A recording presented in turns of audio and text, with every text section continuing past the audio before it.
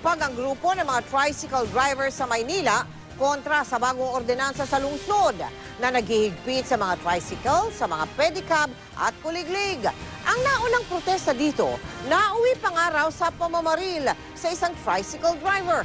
Nakatutok si Mav Gonzalez.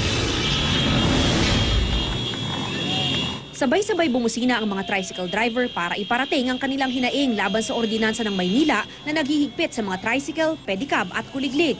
Dahil daw sa ordinansa, ang dating kita nila kada araw na 700 piso, naging 300 piso na lang. Nagmimistulang legal na pangungutong po yung kanilang ginagawa. Malaki po yung nawala na dapat po, at pag nahuli pa po kami, imbis na para sa mga anak na lang po namin yung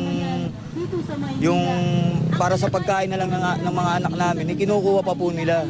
Sa ilalim ng City Ordinance 8291, tumaas ng nasa 200 piso ang registration fee ng mga sasakyang 3 ang gulong. Ipinagbawal na ring dumaan ng mga pedicab, tricycle at kuliglig sa major road sa Maynila. Ang mahuhuling tricycle, itotow at pagbabayari ng 1,500 pesos.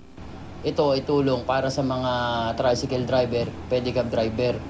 Hindi para sa amin to, para sa kanila to. Para maging legal sila, para matanggal yung mga pangungutong. Dahil dyan nagsisimula yung mga pangungutong doon sa mga kolorum.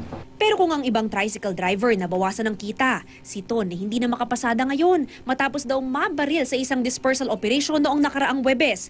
Kwento niya, tinulungan lang daw niya ang kapwa driver na pinusasa ng mga pulis. Lapitan ko, bigla ako binili lang yung isa, tumakbo naman yung isa ron sa wrecker.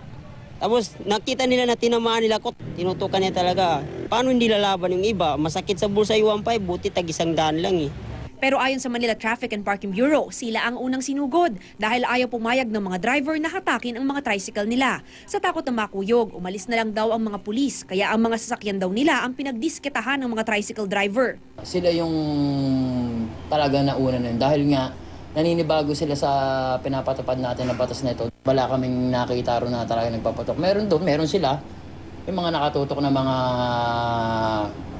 sumpak nila.